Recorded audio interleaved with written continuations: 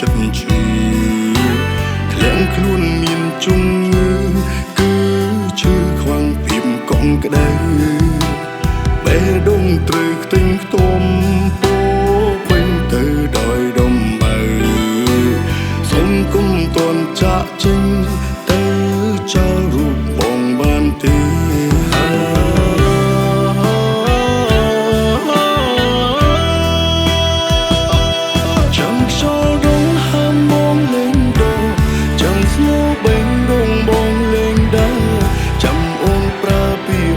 ជំនួបានទេបើបងមិនតន់អន់ស្រឡាញ់គុំតន់ឆេងគុំតន់មានគេមិនយូរទេបងអាចភ្លេចរឿងកូនឡងប្រាប់គេទៅបងនៅមានអូនប្រាប់គេផងមិនអាចចាកចេញអូនសុំលាញ់បងសុំពង